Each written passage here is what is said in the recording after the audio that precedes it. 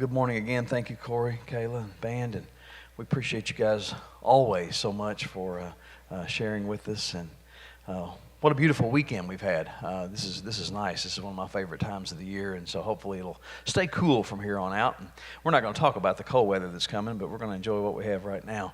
We are enjoying going through the F260 Bible series. And we have been for a few weeks now into the New Testament, and it tracks pretty fast. So you kind of jump from one major event to the next in this. So you understand that it's kind of a survey as you go through. And if you haven't been following along with us, there's still plenty of time. It's always a good time to jump in and read. And this week we're going to be looking at the story of Pilate. And that's going to be an interesting thing. And what it really comes down to, there's two questions, or a question for us all this morning, is who are you following? Who are you following? Are you following the Christ, or are you following the crowd? And in the world that we live in, with social media influencers and all the things that we have around us, there's a lot of times that we have to make those choices, and we have to make those choices daily. Sometimes things look enticing to us, and then all of a sudden we realize that it's not as much fun as it turned out to be, or it looked. My very first week of school, early on in my career, it was 32 years ago, and I was in my first freshman class. It was first period at Logan County High School, and I don't even remember the lesson we were teaching. I'm sure it was something on the history of agriculture, and so we were beginning the lesson, and I always had my classroom set up in a kind of a horseshoe shape, and so I had this young man that was sitting over here to my right. He was kind of it's hard to describe some of those. He's like a 40-year-old guy trapped in an 18-year-old body or something like that. But anyway, he was a big dude. He always wore the big duster jackets, cowboy hat. He was just a big tough cat, and so I noticed one day, when I was in teaching, and I looked down, and there was a little sandwich bag, okay? Just a little sandwich snack bag laying on the table in front of him. And there was another kid that was sitting on the inside of that table, and he was looking over toward Big John. And just every now and then, I would be talking and writing on the board. And we actually had a chalkboard back then. It's kind of amazing. They had chalk all over my pants and all those things. But anyway, I look around, and every now and then I look down, and I see Big John take his fingers on that sandwich bag and kind of scoot it over toward this boy. And I'm kind of watching, and the next thing I know, I turn back around again, and the sandwich bag has moved over in front of this boy, and he's starting to open it up. I said, "Hold it." And I picked it up, and I looked at it, and I recognized what it was. It was habanero peppers.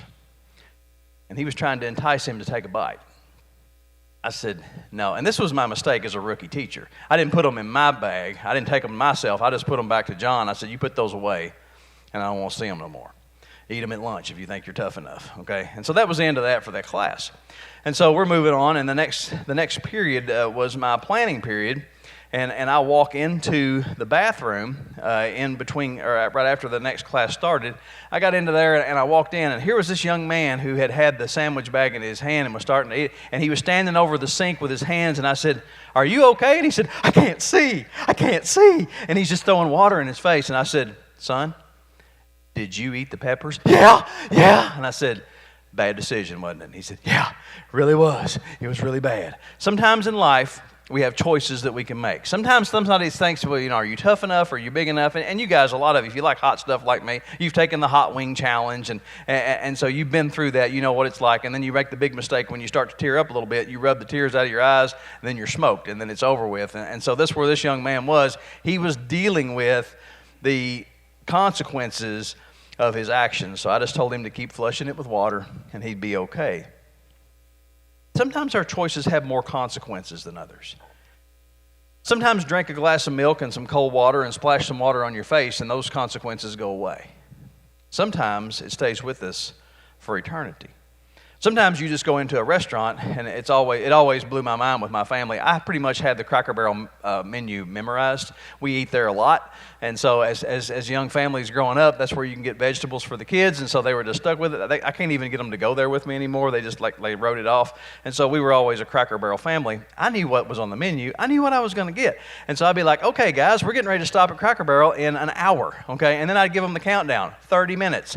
15 minutes, we're getting off in 2 miles, and then we would pull into the park, and they would hand out the menus, and the waitress would come by, and she was like, "You guys ready to order, or do you need a few minutes?" And then somebody at the table, every time, "I think I need a couple of minutes." And I'm like, Why do you need a couple of minutes? We knew an hour ago the Cracker Barrel menu hasn't changed in 40 years. It has now. And it's like, what are you going to do? You're going to eat again. We'll probably go to Cracker Barrel tomorrow. And if you didn't get what you wanted today, you can get it there tomorrow. But anyway, they have to make those. So some decisions are bigger than others. Some are impactful. Some have life-altering choices. Today we're going to look at the most important choice that you'll ever make in your life.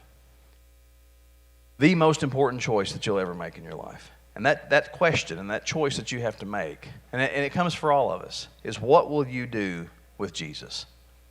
What will you do with Jesus? Here's the thing about this decision. When it comes to that question and what you're going to do with Jesus, you're either all in or you're all out. You can't ride the fence. And we're going to study Pilate and see how he had that decision in front of him and how he went. Because Jesus said himself, you're either for me or you're against me. And so today we're going to transport ourselves back to the court of Pontius Pilate. We're going to look at what took place. We're going to break that down for you and look at the choices that are here and how all of this was presented, how it was portrayed, and how it all went down. Matthew chapter 27 is where we're going to be, and we're going to begin with verse 11. Meanwhile, Jesus stood before the governor, and the governor asked him, simple question, but a big question, are you the king of the Jews? You have said so, Jesus replied. When he was accused by the chief priests and the elders, he gave no answer. Well, then Pilate asked him, don't you hear the testimony they're bringing against you? But Jesus made no reply, not even to a single charge, to the great amazement of the governor. Now, let's look at Pilate for just a moment. This is the thing that we have to understand today, because I've heard this broken down a lot of different ways, and so this is something that we can contemplate a whole lot. But first of all, we have to understand who Pilate was. Pilate was the representative who was appointed by Rome to preside over this area of Israel called Judea. And so he was the one in charge. He was appointed there by Rome to do that. He'd been in that position when this took place, when this particular occasion took place. He had been in that position for about 10 years. And in the first century, Pilate did a lot of things. Rome was very innovative in the way that they presented technology. And so in the first century, Pilate had installed a running water system in some of the buildings in Judea. Now, how did he pay for that? He used money from the temple treasury. Okay, he used money from the temple treasury to pay for the running water system that he put in Judea. And so this got him on all kinds of different sides, and there was a lot of Jews who had lots of problems with him. Now, here's Pilate's position. This is how Rome dealt with things. They came in with massive force. They took over a country. They imposed taxes on them, and then they installed governors in those countries to say, hey, look, we want you people to be happy enough to keep living, doing what you do, and pay us taxes. Now, we understand you're going to probably hate us, but we've got a lot of military force and presence, and so we're going to keep that presence here. And then the governor is like looking at things and going, that's not a big deal. We'll get rid of that. We need to keep the people as happy and calm as we can. That's his role. His role is to keep the people happy and paying taxes to the best that he can. And so that's what and to squash any uprisings that would threaten Rome. And so his main goal is to prevent an uprising. So if he frees Jesus, he is risking uprising and discord. So we're kind of in his position now. We're kind of looking at it from where he's at. He's not a believer. He doesn't know the Old Testament. And so he's looking at this person, this religious person that they brought to him, and they want him crucified, and they brought charges against him. And so he's saying, well, what do I do here to keep happiness and uprising from taking place? But if he condemns Jesus and sends him out to be crucified, what has he just done to his own soul? And now it becomes a bigger conundrum. Now it becomes a bigger issue. Now, let's take a moment and picture the Jesus that is standing before Pilate. Let's get a mental picture of what this Jesus looks like, because we can go back and review a little bit of what we've read about a person and what he has endured to this point. Here stands a man who is standing in the court of Pontius Pilate, who has been slapped around by the high priest. He's already beginning to become bloodstained. He has been accused of an insurrection. He has been accused of an uprising, but that doesn't appear to be what is standing before Pilate. What is standing before Pilate is not a leader of an uprising or the leader of a military takeover. What's standing before Pilate is not a man who's causing a problem. So we go back 6 hours and look at what Jesus has experienced in those 6 hours. In the last 6 hours, Jesus has been deserted by his disciples. He's been denied by Peter. He's been punched in the face by the high priest. He's been rejected by the Sanhedrin. And now he is about to be rejected by Pilate. So this is who was standing here. This is what it looks like. Next, we find that Jesus is also deserted by the people. And there's some really deep things here that we want to plunge into. Matthew chapter 27, look at it, verse 15. Pilate is trying to sort this out in his mind and see what's going on. And so it was the governor's custom at the festival to release a prisoner chosen by the crowd. At that time, they had a well-known prisoner whose name was Jesus Barabbas. Note the name. So when the crowd had gathered, Pilate asked them, "Which one do you want me to release to you? Jesus Barabbas or Jesus who is called the Messiah?" Which Jesus? Which Jesus? For he knew it was out of self-interest that they had handed Jesus over to him. We've talked about this a lot. I won't go into this morning, but the Sanhedrin and the high priest and that whole operation, corrupt as it gets. Those people that were in those positions were not chosen by God. Those people were in those positions because of payoffs, because of scandals, because of all kinds of different things. They paid their way into the position because the temple was a money-making machine. It was a money-making machine. People had to come and pay to have sacrifices for their sins. And so basically it was a payoff. And so these guys were getting rich. And Jesus was like, you all have completely lost your minds. Now, while Pilate is sitting on the judge's seat, okay, while he's sitting here looking at this, he's asked this question. Somebody comes up and taps him on the shoulder and says, "Hey, your wife needs a word with you for a moment." His wife intervenes in this moment, and she sends a message. Don't have anything to do with that innocent man. I have suffered a great deal today in a dream because of him. So now here comes the other angle. You see where Pilate's at in this situation? It's like, you want to keep down the uprising? Do you want to do something? Do you see anything wrong with him? And then it's like, well, but this is what they want. My primary role as a governor is to keep down an uprising, and I'm kind of starting to see where I need to go. And then all of a sudden, your wife shows up. And she's got that woman's intuition. In this situation, it's in a dream, and she's like, "Hey, you don't need to bother this. You don't need to have anything to do with him. You don't need to do this." The chief priests, the elders, persuaded the crowd to ask for Barabbas and to have Jesus executed. You see, they're working the crowd. They're out there, the same people who arrested him, the same people who brought the trumped up charges, the same corrupt people, and now they're working the crowd.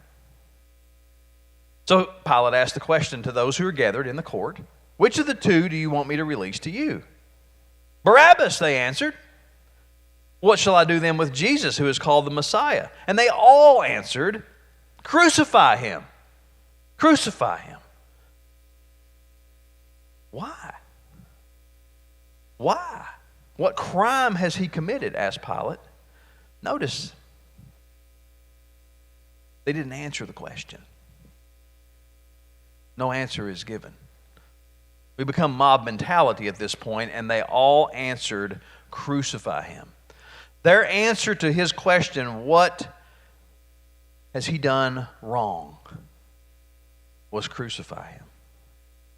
When Pilate saw that he was getting nowhere, but that instead an uproar was starting, he took water, he washed his hands in front of the crowd and said, "I am innocent of this man's blood," he said. "It's your responsibility." Now, to break this down and look at this and help us to understand, this tradition had started whenever this would come to Passover. You see, this is all happening during Passover. This is all leading up to that moment, and Jesus began this Passion Week by riding into town on the back of a donkey. And so this is all taking place during that week, and that tradition had started. And so when the people would come, a prisoner would be released in an act of mercy during Passover. And you can imagine a lot of the crimes and some of the things that people have been in prison for. You wouldn't really think that they would be asking for the release of somebody who was really a bad dude, because Rome obviously put a lot of people in prison. Anybody who didn't pay their taxes, anybody who defied Rome in any way. I'm sure there were a lot of political prisoners that the people would much like to have released. But instead, this guy is brought forward. This one is brought forward. And so this is a type of pardon.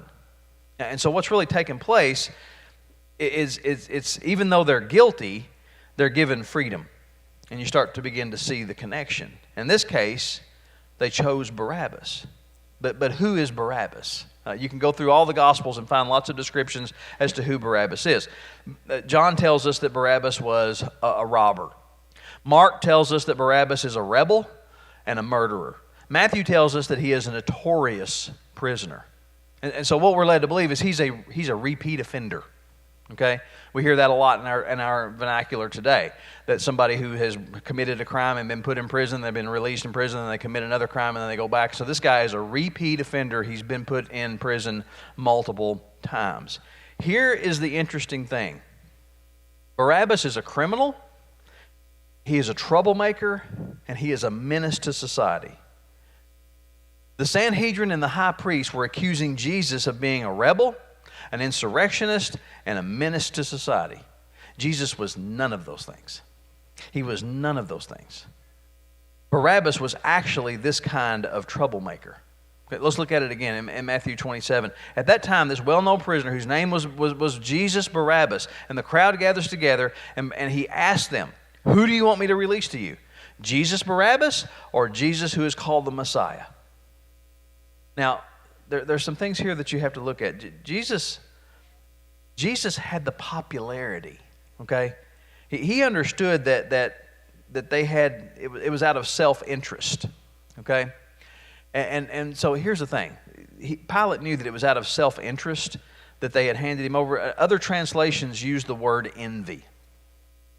Use the word envy. Because Jesus had the popularity that they desired. And so in the middle of this questioning, he gets this message from his wife, and it's like, have nothing to do with this man. And so in this moment of him trying to contemplate this, they choose this opportunity to convince the crowd to choose Barabbas. So here's the thing. In Matthew 27:26, it says, "Then he released Barabbas to them. But he had Jesus flogged and handed him over to be crucified." He released Barabbas to the crowd and handed Jesus over to be crucified. Now let's look at what happens next. Verse 27. The governor's soldiers took Jesus into the praetorium and gathered the whole company of soldiers around him. Okay, what is a company? It could be as many as 600 men. This is an overwhelming force of Roman protectors that are coming around Jesus. Why so many? They had heard that Jesus claimed to be a king. And anytime there was a threat to have somebody that's going to rise up in authority against Rome, they showed out with an overwhelming force. You have no chance. You have no hope in this. And so there's this whole group of people that have gathered around Jesus. And somebody thought they were probably, a lot of them, they don't know. These guys don't know. They're just soldiers. They're just, hey, we've got an uprising. We've got to quell this. Let's go in there. They're thinking they're probably dealing with a deranged lunatic, because you would have to be a lunatic to go up against this kind of military force. And so when they realize that it's this guy, this poor little Jesus who's there, that's already, then they start mocking him. They start mocking him. They're like, well, who do you think you are? Who do you think you are? Verse 28 says they stripped him, put a scarlet robe on him. Then they twisted together a crown of thorns and they set it on his head. They put a staff in his right hand. They knelt in front of him and mocked him. "Hail, King of the Jews," they said. They spit on him. They took the staff and they struck him on the head again and again. And after they had mocked him, they took off the robe. They put on his own clothes on him. And then they led him away to crucify him. Jesus was flogged. Most people didn't survive the flogging. The flogging was 40 lashes minus 1. 39 lashes. Because more times than not, the 40th would kill people. so they would stop one short. So after that flogging, they put that scarlet robe on him, which was most likely a military robe made of wool. And so that would dig into all of the scars and all of the open wounds in his back. Here's a little side study for you. The color crimson is used throughout the Bible to represent sin. And you begin to see the picture. You begin to see what's taking place after the flogging. They took the robe of scarlet, of crimson, and they wrapped him in it, that he began to take on our sin. The one who knew no sin was now becoming sin for us. They twisted the crown of thorns. They put it into his head. A king needs a scepter, so they put a rod in his hand. Then they mocked him, "Hail, King of the Jews." It wasn't enough so that they struck him on the head over and over again. In the midst of all of this,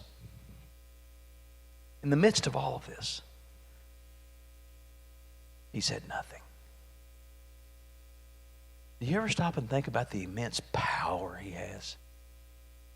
The one who spoke the stars and the universe into existence. Have you ever had a rough time and you just kind of get to the point where you've had enough? Can you imagine the power he had in that moment when he could have just said, "Enough!" And that would have been enough to just level the whole earth. To restrain that. To have that kind of self-control and love. That kind of love for the very ones, because they didn't know. They were just lost. And he knew it. These were just lost soldiers, just doing what they thought they had to do to protect their country. And he stood there and laid there and took it. Instead of being destroyed, instead of fighting back and instead of taking this, he was still teaching and fulfilling prophecy. Isaiah chapter 53 verse 7 says, "He was oppressed and afflicted, yet he did not open his mouth. He was led like a lamb to the slaughter, and as a sheep before its shears is silent, so he did not open his mouth." Listen, if you want to know how much God hates sin, look at the suffering his son endured. It wasn't enough for Jesus to just die. He had to suffer consequences of sin. That's why it was so rough. That's why it was so evil. That's why, because it was a demonstration of the damage and the destruction of sin. God gave his one and only Son to be the substitutionary sacrifice for our sin. And he had to endure it and take it on in order for that to be effective. This is what we want to walk away with today. Who would you follow today, or who you follow today will affect where you spend eternity tomorrow? I'm going to go preach a funeral in a couple of hours, and it may be one of the easier ones I've ever done. I've done some rough ones. I've been called to do some difficult things. But when I get to stand before a family of a 90-year-old woman who did nothing but exude joy every time I was in her presence from the time that I've known her until the time that she left this world, I know where she is. It doesn't get better than that. And that's what it is. And we have to make the choice of where we're going to spend eternity. It's a choice that's given to us, and it's a choice that we have, and it's a choice that we get to make. It's the same question Pilate was posed. What are we to do with this Jesus? What are we to do with this Jesus, the King of the Jews? Pilate may have washed his hands for the people, but he didn't make the decision to follow Jesus. Crowd got it wrong too. What do we do with Jesus? They said crucify. They never answered that question, what has he done wrong? Just crucify. We know Barabbas deserved death, but we want Barabbas. We don't want Jesus. Do you see how this picture is painted? Do you see how this comes together when you see it in this scripture and in this format? Jesus the Messiah was substituted for Jesus Barabbas.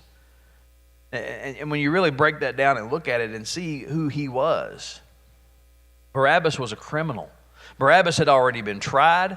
Listen, that cross on Calvary was for Barabbas. That cross on Calvary was for Barabbas. I think Pontius Pilate put up the most vile criminal that he had. It's like, look, I'm gonna really put it out there for him. I'm not gonna go get the guy that's like, forgot to pay a denarii on his taxes to Rome and just got kind of caught up in some trumped up charges, and they look at it and go, well, he don't deserve to die. Surely we'll just take him. He brought the guy that's like, look, if you choose this guy, okay, I know you're serious about this. So he brought in a notorious criminal who the cross on Calvary was for that day. Jesus was sinless.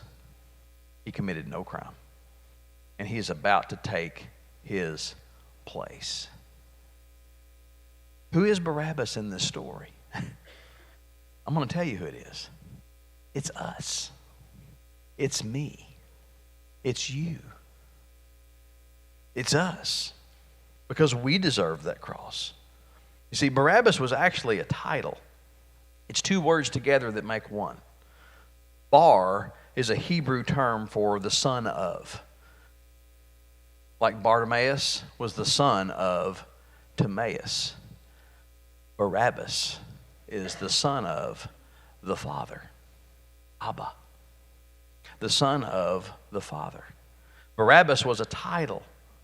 Barabbas represents every son who descended from Adam in the garden.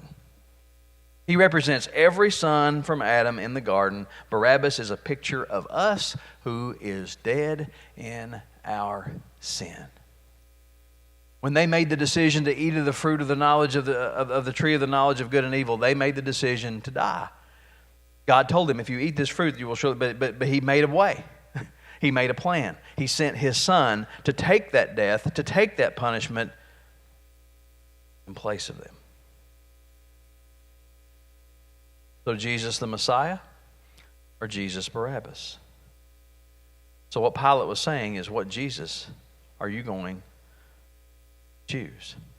I wonder what it was like for Barabbas on that day. When you study people who have been executed, whatever the sense of execution or whatever means of execution, days before that takes place, they begin to sense physically the pain that's coming. Those who have been sentenced to be hung, their neck will begin to hurt. They will begin to feel that physical sensation, and their mind begin to thinking about what they're about to endure. And Barabbas most likely was beginning to think about nails being driven into his hand, the inability to be able to breathe. He had begun thinking about what was coming. And all of a sudden he thinks it's time to go to the cross, and he hears his name being chanted, and now here is Jesus Barabbas and Jesus the Messiah. And Pilate says, you're free to go. You're free to go. It's always sudden, isn't it? You've watched those movies or those films where there's a courtroom verdict and you've got a person here that's on trial, and sometimes it's a very serious and they're on trial for that. And all of a sudden the jury comes back and then they ask the foreman of the jury to read the verdict. And if they stand and say, not guilty, you've heard the verdict, you are free to go. It's over. That's that quick. You're standing there thinking, I'm hanging in the balance. Am I about to go to prison? Am I about to be executed? No. You're free to go. Can you imagine? He was guilty. As guilty as could be. He was a notorious criminal, had committed all kinds of crime. And Pilate says, you are free. I wonder if he saw Jesus. I wonder if he saw the one that was going to take his place. Jesus took the pain reserved for him. Jesus took our place. Listen, we deserve the wrath of God. This is a common thing that we hear in our words today. When something great happens to somebody, we like to say, well, you deserve that. And I like to always correct people and say, no, I deserve death in hell. That's what I deserve because I'm a sinner. But I'm going to heaven because of Jesus, and that's it. That's my inheritance, okay? And it's not because of anything that I've done, any good thing I've ever done. Everything that I do is because of that. Everything that I do in this whole world is because he has set me free. and I no longer have to be concerned. I no longer have to worry. I no longer have I don't have any problems, okay? Because the worst thing that can happen to me today is I wind up with him in his presence. That's as bad as it gets for me. What about you? What about you? We deserve the wrath of God, but Jesus absorbed it. What if you were there that day? Would you be found shouting and chanting, "Crucify him"?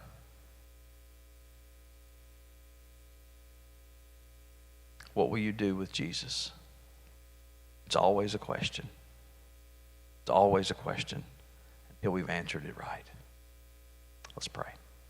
Father, we come before you. I pray that as we consider this, Father, many in this room have already considered it. Many in this room have already asked him into their heart. Many in this room follow him daily. But Father, there may be one who doesn't. And maybe there's someone in our lives who has never made that decision. And Father, we just need to pray for that person. Father, whatever you need to do with this message, whatever you need to do with this passage that we have explored today, Lord, I pray that you just speak to us. Father, if there's someone here that's never said yes to the relationship that you offer, if there's someone here that's never really fully understood what you took on our behalf, maybe today is the day to accept that beautiful sacrifice. That such a difficult, grimy, ugly scene was done out of pure love for us. And Father, that we might say yes to that we might ask him into our hearts. Father, whatever decision needs to be made, however we need to respond, however we need to reflect, Father, I pray that you'll come. I pray it now, Lord. I ask it in Jesus' name. Amen.